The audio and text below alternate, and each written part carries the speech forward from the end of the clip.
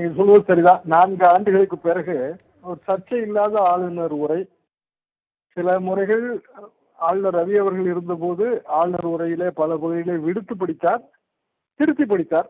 அதற்கு பிறகு முதலமைச்சர் தனி தீர்மானம் கொண்டு வந்து ஏற்கனவே அச்சிடப்பட்ட உரை அச்சிடப்பட்டு விநியோகிக்கப்பட்ட உரை தான் ஆளுநரின் உரை என்றெல்லாம் தீர்மானம் நிறைவேற்றப்பட்டதையெல்லாம் நாம் பார்த்தோம். அத்தகைய சர்ச்சைகளுக்கு இதுல இடமில்லை. ஆளுநர் உரை என்பது அரசின் உரைதான். அப்படி என்றால் இந்த அரசு சில விஷயங்களிலே மத்திய அரசை கண்டிக்கிற விதமாக அந்த உரை இருந்தது. ஆனால் அது தமிழ்நாட்டின் உணர்வுகள் தான் எல்லாமே. உதாரணமாக இருமொழி கொள்கை, புதிய கல்விக் கொள்கைக்கு எதிர்ப்பு, கல்வியை மாநில பட்டியலுக்கு மாற்றுதல், இப்படி பல விஷயங்களை நாம் குறிப்பிட முடியும். மேகதாது அணை கட்ட எதிர்ப்பு, முல்லைப்பெரியாறு புதிய அணை கேரளா கட்டுவதற்கு எதிர்ப்பு, இப்படி எல்லாமே தமிழ்நாட்டின் உணர்வுகளோடு சம்பந்தப்பட்ட விஷயம். தமிழ்நாட்டில் இருக்கிற எல்லா கட்சிகளுக்கும் ஒரே நிலைப்பாடு தான் இதுல. அதையெல்லாம் ஆளுநர் அவரது உரையிலே எதையுமே விடவில்லை. அவரை பொறுத்தவரையில் அவர் இந்த அரசின் முதன்மை ஊழியராக அரசு என்ன தயாரித்து கொடுத்ததோ அதை அப்படியே அச்சு பேசாமல் வாசித்து விட்டார். ஆனால் இதே ஆளுநர் கேரளாவிலே பல்வேறு மாறுபட்ட நிலைப்பாடுகளை எடுத்தார். அர்லேக்கர் அவர்கள் கேரளாவில் ஒரு மாதிரி நடந்து கொள்கிறார், தமிழ்நாட்டில் ஒரு மாதிரி நடந்து கொள்கிறார். ஏன் என்று யோசித்து பார்த்தால் கேரளாவில் இருப்பது காங்கிரஸ் அரசு, தமிழ்நாட்டில் இருப்பது காங்கிரஸ் சார்பாக 2 மந்திரிகள் இருக்கிற அரசு. இப்படித்தான் இதை நாம் பார்க்க வேண்டியது இருக்கிறது.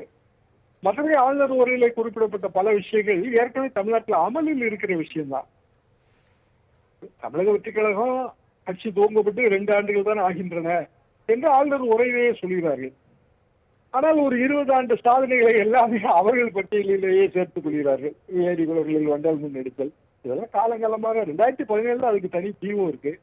ஈஸ் ஆஃப் டூயிங் பிசினஸ், அதுக்கு தனி ஜீவோ, அதுவும் 2017 இருந்து இருக்கு. அதற்கு பிறகு அதிமுக அரசு, திமுக அரசு 2 அரசுகளுமே திட்டங்களை எல்லாம் வலிமைப்படுத்தி செறிவூட்டி இருக்கின்றன. எனவே அதையெல்லாம் தமிழக வெற்றிக் கழகத்தின் சாதனை பட்டியலில் சேர்க்க முடியாது. என்றாலும் தமிழ்நாட்டின் தொடர் சாதனைகளாக நாம் அதை எடுத்துக்கொள்ளலாம். அதாவது கடந்த ஒரு 10-12 ஆண்டுகளாக தமிழ்நாட்டு அரசியல் என்னென்ன சாதனைகள் செய்யப்பட்டனவோ எல்லாவற்றுக்கும் சேர்த்து ஆளுநர் உரை மகுடம் சூட்டியது அப்படி நான் இதை பார்க்கிறேன். அதே போல சர்ச்சை இல்லாமல் இன்று சட்டப்பேரவை கூட்டத்தொடரில் ஆளுநர் உரையானது முழுவதுமாக வாசிக்கப்பட்டிருக்கிறது. கிட்டத்தட்ட மத்திய அரசுடன் இந்த தாவேகா ஆட்சி இணக்கமாக செயல்படுகிறது அப்படின்னு எடுத்துக்கலாமா, இல்லை கடந்த ஆட்சி காலத்தில் கடந்த ஆட்சியில் இருந்தக்கூடிய திமுக அரசு வன்மையாக எதிர்ப்பு குரல் எழுப்பினதனால் இந்த முறை ஆளுநர் உரை முழுவதுமாக வாசிக்கப்பட்டதுன்னு எடுத்துக்கலாமா? அப்படி சொல்ல முடியாது. காரணம், ஆளுநர் உரை அரசு தயாரித்து கொடுத்தாலும் ஆளுநர் மாளிகையிலிருந்து அது உள்துறைக்கு அனுப்பப்படும்.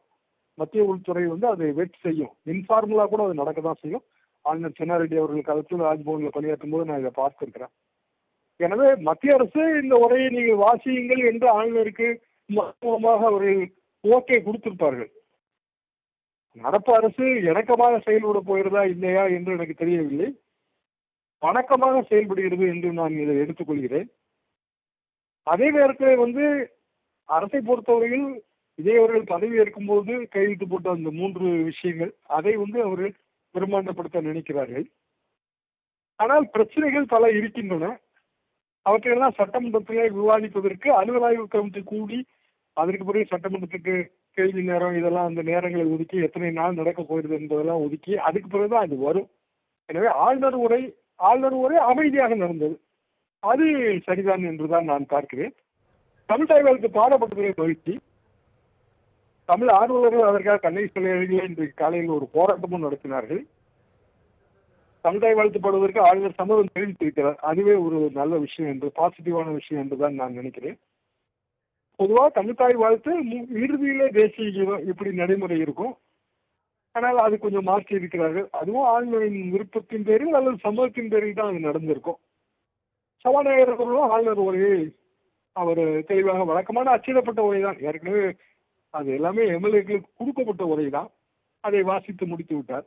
ஆளுநர் உரையை மாற்றம் செய்யும் போது ஏற்படுகிற பிரச்சனையே அதுதான். ஆளுநர் உரை என்பது ஏற்கனவே அச்சிடப்பட்டு எம்எல்ஏக்கு விநியோகம் செய்து விடும்.